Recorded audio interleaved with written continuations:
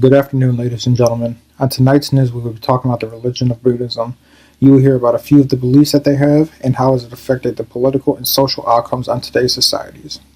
They have three of many beliefs that they believe in: the Four Noble Truths, the Noble Eightfold, and the Five Precepts. When it comes to the Four Noble Truths, they have the truth of suffering, the arising of suffering, the truth of cessation of suffering, and the truth of the path leading to the cessation of suffering. When it comes to the truth of suffering, what they need to do is identify their problem. The arising of suffering, the second noble truth, is figuring out the cause of the problem. The third truth of cessation of suffering, you find out if your problem is going to be easily fixed or if it's going to be a tough fix.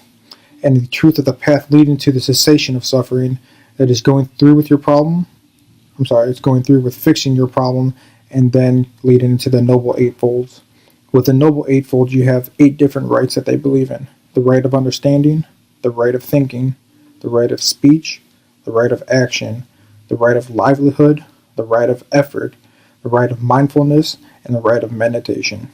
The right of understanding, you're comprehending life through the Four Noble Truths. The right thinking is following the correct path in life, staying on course. The right speech is communicating the service of peace. The right action is the 5 precepts of ethical conduct. The right precepts we will be talking about later. The right livelihood is honoring the 5 precepts in one's way of life. The right effort is eliminating the impurities in the mind, body, and speech. The right mindfulness is cultivating awareness. The right meditation is quieting the mind. The Four Noble Truths and the Noble Eightfold are good ways to live through to ensure that you're living a good and peaceful life. The 5 precepts, a Buddhist will make these 5 vows before undergoing their training. They will undertake the training rule to abstain from killing. You're not harming another person.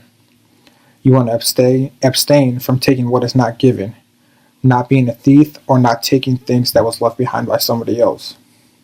You want to avoid sexual misconduct with people who are still living under their parents, as in younger children, married women, or engaged women. You want to abstain from false speech.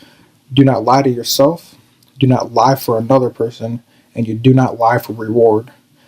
And the 5th one is abstain from fermented drink, and that is to stay away from liquors. When it comes to the social and political outcomes, Buddhism has gone from Asia and headed west, mostly in the areas of Japan. The West has a greater participation in Buddhism by women than they do in Asia. The Buddhist religion has gone all the way to Japan, and since has only been used by a few elite upper-ranking individuals that believe in Buddhism. Now, this is only a few of the beliefs and a few of the things that come for the social and political outcomes. There are many different beliefs that the religion of Buddhism can have. Thank you for your time.